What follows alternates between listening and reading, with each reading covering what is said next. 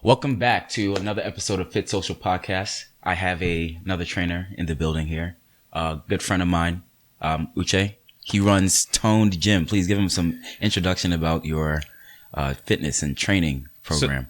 So my name is Uche King. Over here from born and raised in DMV area. I've met Uche. I've known him for years, over a decade now. Uche Squared. But I started a fitness company called T.O.N.E D, and their T.O.N.E D, we typically is fitness, it's a lifestyle, it's everything from grassroots. And that's my spiel. That's what's up. That's what's up, man. So we're doing things a little bit differently on the podcast. I'm going to have a couple of things to react to. First thing to react to is a question from Quora, which is a site I like to use to, when I have various questions, I go there and see what people think, and then I form my own opinions. But I thought it was really interesting that some of the questions here were so simple. And let me pull it up real quick from my email. I'm not sure why the link didn't work directly as I thought it would. But essentially the first question that I saw was, how do I lose weight? And I'm just kind of like, in a nutshell, how do I lose weight? Is that really what that means? Mm-hmm. Because when I hear how do I lose weight, what I really understand that to mean is, and the question wasn't how do I lose weight, it's how do I lose weight quickly? Yeah. I'm not sure why it didn't pop up there, but it was how do I lose weight quickly? And so what I actually hear in that question is, how do I look the way I want to look quickly? Because whether you lost the weight or not, if you look better, you'd be happy about it. Yep. And so I just wanted to know what you think about that. Well, the first thing I would say is, it's relatively easy to lose weight. The hard part becomes sustainability. Yeah. Because people always want the quickest ways to lose weight. But if you make proper lifestyle adjustments, it's easier to maintain what you've lost. And then another component of that is whether you're losing fat or you're losing muscle. Right. And so that's what, like you said, how do you look afterwards? Yeah. Most men want a bigger chest, a flatter stomach, but then depending on how you work out, your arms can shrink. Most women focus on their lower half, legs, booty, all these things, but then what about your arms? What about everything else? Yeah. And so people tend to do things, get in shape fast, do nothing but cardio, but you're not weightlifting. You're not eating properly. Let's say you go on a starvation diet, liquid only or fruits only or shakes, like all these smoothies and stuff. Is that really sustainable? I am of the opinion that it's not sustainable. Exactly. But if that's your goal, that's your goal. You really, some of these people that are trying to lose the weight, really, they want to see a number change, but that number change doesn't necessarily mean you're going to be happy. Exactly. What you would be happy with, and what I actually, I think is something that people really need to understand about the body in general. The body changes comprehensively. Yes. You're going to do all your booty workout. Other things are going to change too. Yes. Whether you like it or not, because that's how it's built. Our circulatory system connects to everything. So when I put something in my mouth, when I eat, the nutrients from that, it's going to go directly to whatever I'm training, but it's going to go to everything else too. And that's how it works. It has to be a comprehensive change of your life. Yes. Because the health changes. When you see somebody that really did the work, it's not just their arms that got big. Yes. They changed as a whole. As a whole. They changed comprehensively. And that's when I say, for instance, for some of these people, they get BBLs and, all of that. The reason why I think it's noticeable is because that change is not comprehensive. That's why I can tell. It's like, okay, there's a difference between someone that has a BBL and a BBL shape rather, and is also well proportioned everywhere else. And you can tell what's natural because some people have exaggerated physical features, but you can tell that it's natural because there's a comprehensiveness about the feature, and that sort of seamlessly, I guess it seamlessly connects to the other parts of them. The completeness. It's complete. And so I say this, that, you know, someone that's being a healthy person, it's very apparent. Yeah. Because human beings, I think we notice that comprehensiveness of a change that a person has. And that, I think, whether you lose weight or not, you'd be happy. Yeah.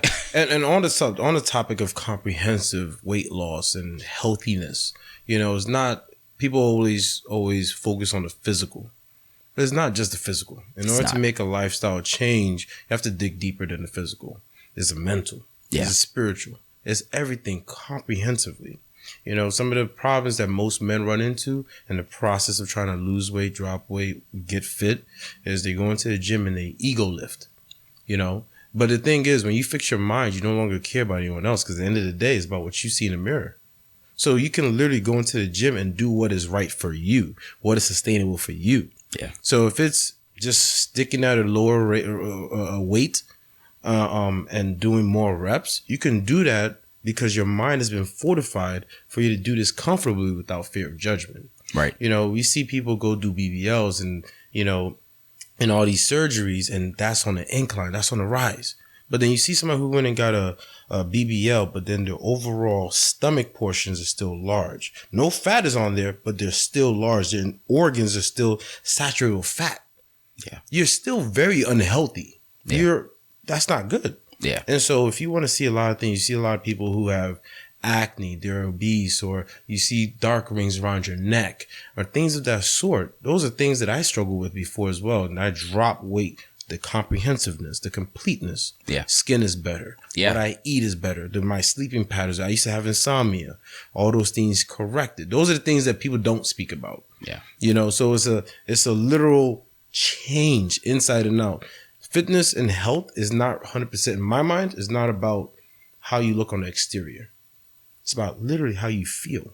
It's a feeling. Yeah, I agree. I agree 100%. Like, because even like I think that the male version of the BBL. Have you seen these guys that get synthol? Yes. Bro, I'm just kind of like, do you not think that we know that this is synthol? Like, and I'm like, you can't be happy. You can't be happy with this.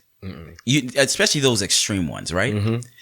Someone that has a big bicep naturally has a big shoulder. Yes. Has a big forearm. Has a bigger forearm in relation to their proportions. They have other things about them that are large as well because they grew in a comprehensive way. And so when I see things like that, I kind of understand what it is. And I'm not judging them because that's what you wanted and that's what you got. And okay, if you are comfortable with that, that's fine. But it is still very apparent that it is not comprehensive because that's just not how it works. The body is a system. Yeah. The system is interconnected in ways that we don't even understand. And that's why comprehensive change is more noticeable, because the way that the body changes are in ways that humans cannot directly cause because it's too detailed. Yeah. It's too detailed. Whoever created this has the detail, and we can't emulate that with the same authenticity as whatever created us. I agree. So that was the first question. So in other words, how do we lose weight fast? Honestly, I would say this. If I wanted to lose weight fast, if I really just cared about weight, just not eat.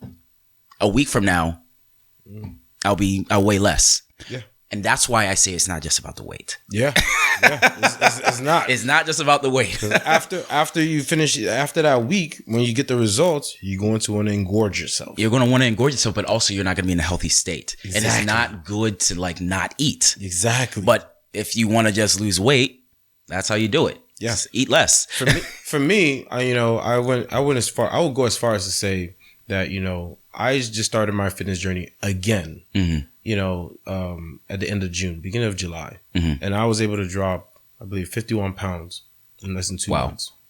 And it wasn't just because of going to the gym and working out 2-4-7. No. It was a comprehensive change, like the one what you speak of. It was literally examining myself, examining my mental state, examining, you know, what was inhibiting me from reaching my goals. Back in 2012, I set a goal for myself, which was around the time I was around 225 pounds. And I used to always say, if I were to get down to 208, I'll be shredded. Did I actually actualize that back in 2012? No. And the reason why is because even I struggled from that. Even though I was putting up a lot of weight, curling 75 pounds, benching close to 400 pounds, doing all these type of crazy things, I was ego lifting. And I was working out was a stress reliever for me. It was, okay, I go into the gym. I'm not thinking about what pissed me off or what I have to accomplish, or I'm not thinking about anything else other than I don't want this weight to drop in my face. But then once you change the mind, then it's okay, who do I look up to? When I go on social media and I see somebody with an 8-pack or someone with a nice back or all these people doing workouts that I thought I could never do, what's the difference between them and me? It's my mental limitations, the word I can't. So I literally had to work on that and say, okay, the difference between me and you is just that this person is more dedicated, more precise in their workout, having targeted workouts, having a dedication, a drive to get to where they need to be. And so I said, I can do it. If you can do it, I can do it. I started my journey with increase my water. Started by not being, you know, I wasn't able to run. So I started power walking. I started taking my clients on power walks. I started jumping rope. I started changing my diet so that I'm eating things that's sustainable. Not just, I want to lose weight and so therefore I'm not eating. No. I changed my diet and some things and found ways to make it sustainable and long term. You know, I found where my vices were and how to exploit those. You know, so, okay, sometimes I would eat a steak and cheese sandwich, but I don't need the fries. And I definitely don't need the soda or the drink. You were saying something earlier about these vices, about how you started making different, the word that you used, it's like you weren't counting calories, you were making choices. Yes. Can you like expand a bit? So it's not necessarily about counting calories for me. It's more about the choices we make. Yes, I can go and get a steak and cheese sandwich, but is it a necessity for me to eat the fries? Is it a necessity for me to drink soda? When I was a kid, I used to do have disgusting habits. I was addicted to soda. I used to literally drink about a 2 liter every night. I was an insomniac. Same here. Not a 2 liter, but I used to love orange soda. You know, have all the sweets, all the candies, all the junk. I was known for that. But now, if you go in my fridge, there's soda in my fridge. Do I drink it? Absolutely not. I leave it in there just to test myself. Whenever I'm reaching for water and I know for a fact that I'm really craving something sweet, do I reach for the soda? No. For me, it's an internal shame. If I grab the soda, I always feel like people are looking at me. Even in my own house when I'm alone, I just don't grab it. I make the choice. Every day cannot be fun day. Sunday is not fun day. You have to make better choices. Yeah. I will go into Starbucks or go to brunch and they'll bring out something. If I'm really craving carbs, if it smells too sweet, if it looks too sweet, my stomach turns. So your taste for food has changed. And I think that's the thing that a lot of people don't realize is part of the change. That mental part is also in like what you like. Yes. And, you know, shortcuts, you know, while they get you your goal, if your goal is simply a number, I think you're missing the bigger picture, because the number always changes. The number can change tomorrow morning because you drank water today. Yes. So when I talk to people about this, I tend to tell them not to focus as much as on the number, as much as focus on something like body composition. You're correct. Which is, I guess, is more apparent. Yes. Yeah. So at T.O.N.E.D, you know, every week, beginning of the week, some of the things that we do is I ask the people I train, what do they want to work on? When you people tend to lie. There's a lot of ego in fitness. Yeah. Everyone thinks they know it all. Everyone thinks they have the proper form. Everyone knows it all. But this is what 2/3 of American population, adult population, is overweight. A lot of us are overweight. I think the majority of Americans are overweight. You know? Yeah. And so I literally say to them, you know, when you look in the mirror, when you are alone, what is the one thing that you look at and say, if I just had this, I would look better there. If I wore this dress and I had corrected this part of my body, you know, this will look good. If I wore this shirt as a guy and my arms were a bit this bigger, it will look that much perfect. And so because of that feedback that I get from them, that's how we didn't target our workouts. Yeah. Because it's no longer about stepping on a scale. As a matter of fact, we don't use scales. We use measuring tape. We measure things. If you want your arms to get smaller, we measure where it started off and we try to get it to get smaller. If you want bigger arms, we measure it and then we build. Yeah. And so it's body composition, not weight loss. My goal for me is to cut as much fat, reduce as much internal cholesterol, and build muscle naturally. Yeah. I want to look as fit as possible. I want to feel as fit as possible. I want to feel healthy. I want to look healthy. And so that is the goal. Yeah. Agreed. So let's go to the next video because you actually touched on this earlier, the ego lifting thing. So let me show you this real quick. And actually, I think this is pretty impressive. But sometimes I just wonder, what's the point? But look at this. Oh, wait. That looks brutal. Bruh, so this is 700 pounds. Oh, well, I mean, he cleaned it. He went all the way down. Yeah. And now he's just standing there. He's contemplating his life. He's contemplating why he made this choice. More? Yeah. One more? I told you I got a third, y'all. One more? Let's go! His thighs are stuff. That's what I'm saying, but like...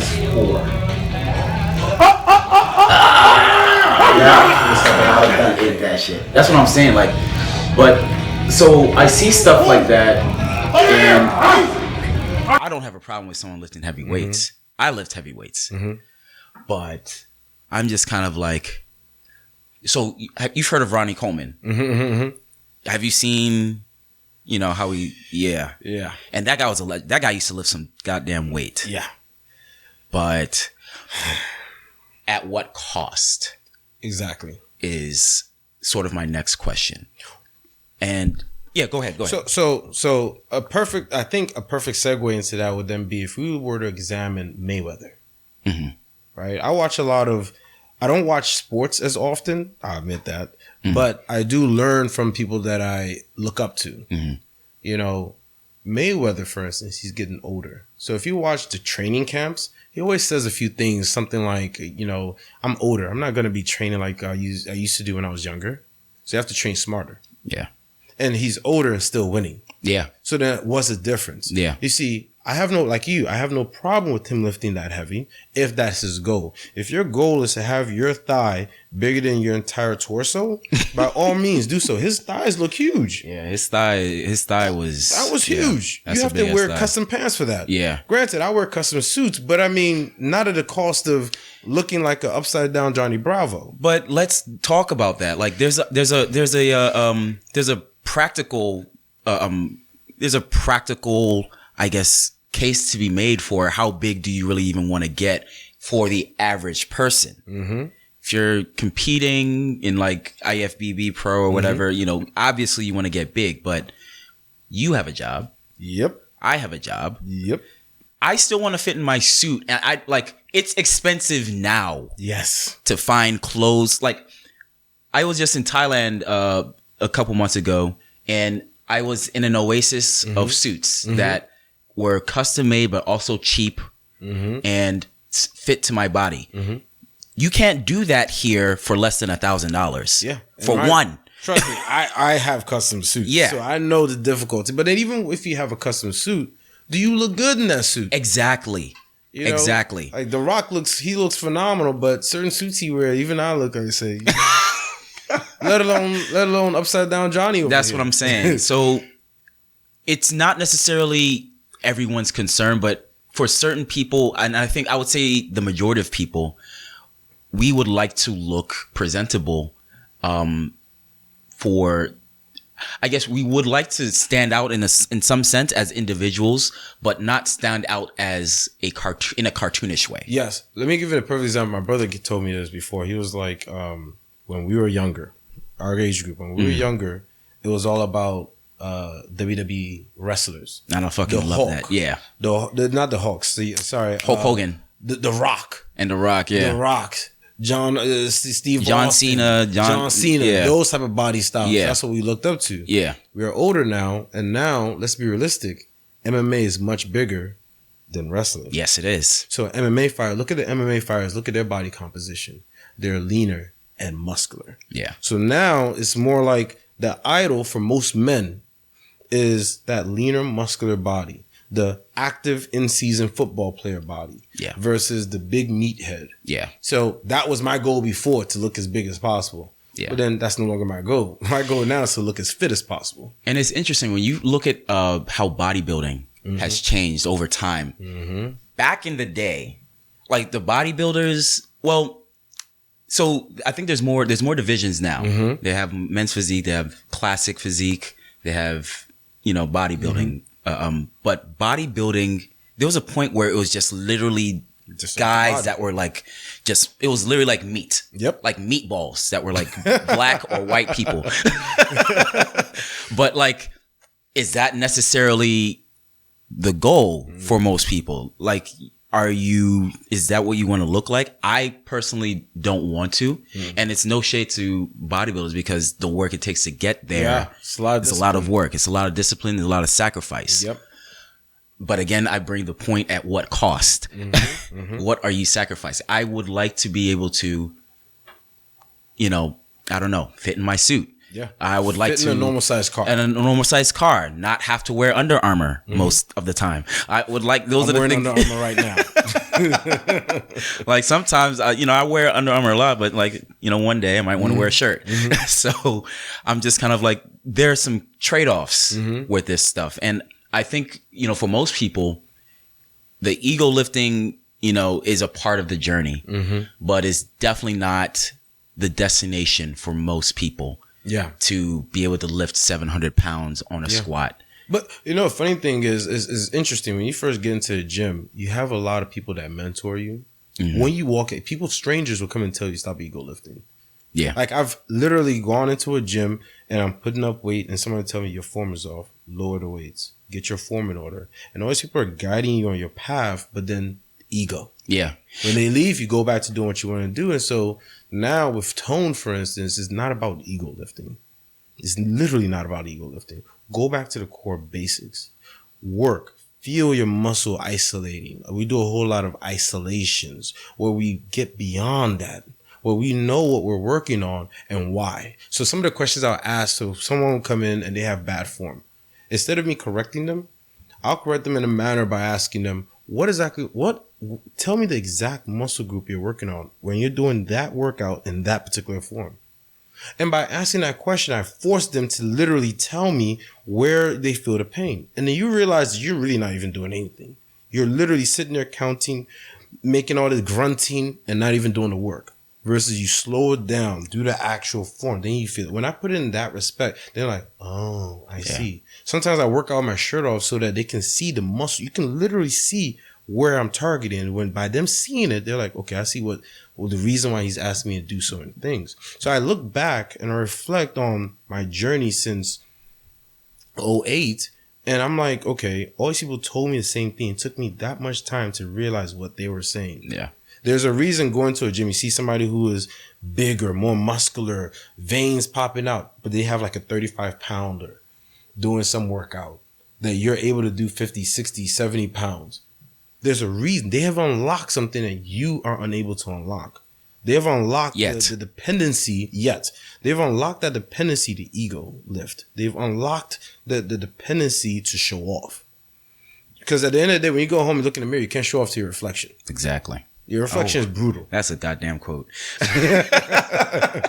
On that note, let's go to the next video. So it's a little different. I just want your thoughts on this. Already? I can't talk right now. Dang. I'm doing fat ass shit. Okay. Do a part 2.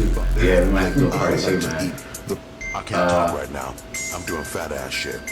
Oh, is it not? Oh, we can't hear it on The here. point of this song is that Okay, I that's like fine. to eat. But look I at can't this. talk right now. I'm doing fat ass shit. That's a lot of carbs. But I like look, to eat. what The I'm point trying of this to song really that say I like is, to eat. look at the I can't talk comments. right now. I'm doing fat ass shit. Mood. Mood. I like to eat. We would make great The friends, point of eating this song everywhere is all the that time. I like to eat. Excess. I can't talk right now. I'm doing Excess. fat ass shit. And I don't have a problem with enjoying your I like life. to eat. The point of this Personally. song is that I do. like to eat. I can't talk You see, right now. my problem with this is, yes, she's living her life, but we have, as a society, if you were to play a clip where someone is meal prepping, you'll notice that most of the comments are either people who are also in the gym, but it won't be glorifying it as that video. Yeah. So we've now come to a point where we are glorifying the negatives. You know, if you see somebody who's constantly in the gym, what's a common label we give people who are constantly in the gym? Gym rats? Yeah. I mean, that's actually a good point. That's a positive thing, but then it's a negative connotation. Yeah, that's a good point. You know, but then you see somebody who's overweight eating all these good things at different places. That's a big mood. Yeah. That's goals. Yeah. Right? Yeah. But there's nothing for me. There's nothing that's would make me want to sit there and binge eat on goals. It's overindulging. And if you look at the statistics, the major causes of being overweight is overeating, overindulging. Yeah. There's literally no reason for you to eat that much. All right. And if you literally make smaller choices and decisions, you can, like this video, we don't know her. So we could be completely off base and say that all she does is eat and post these videos. Who knows if she's actually in the gym? But the videos that she'll post is a compilation of all these overly sweetened, overly processed meals, and then everyone else will then go and look for that. Again, every Sunday is not fun day. Stop eating like idiots. Okay, maybe that's politically incorrect. Stop eating like kings and queens. Yeah. So we only got a few minutes left. We might have to do a part 2 because I didn't get to ask you what I really wanted to ask you because of the reactions. But thanks for coming by and having this talk. I definitely want to get you in here again. Of course. And we're gonna finish up what we had to say today. Guys, like the video, comment, subscribe. We're out here working. Help us out with some support. But we appreciate you listening. And till next time. Till next time. All right.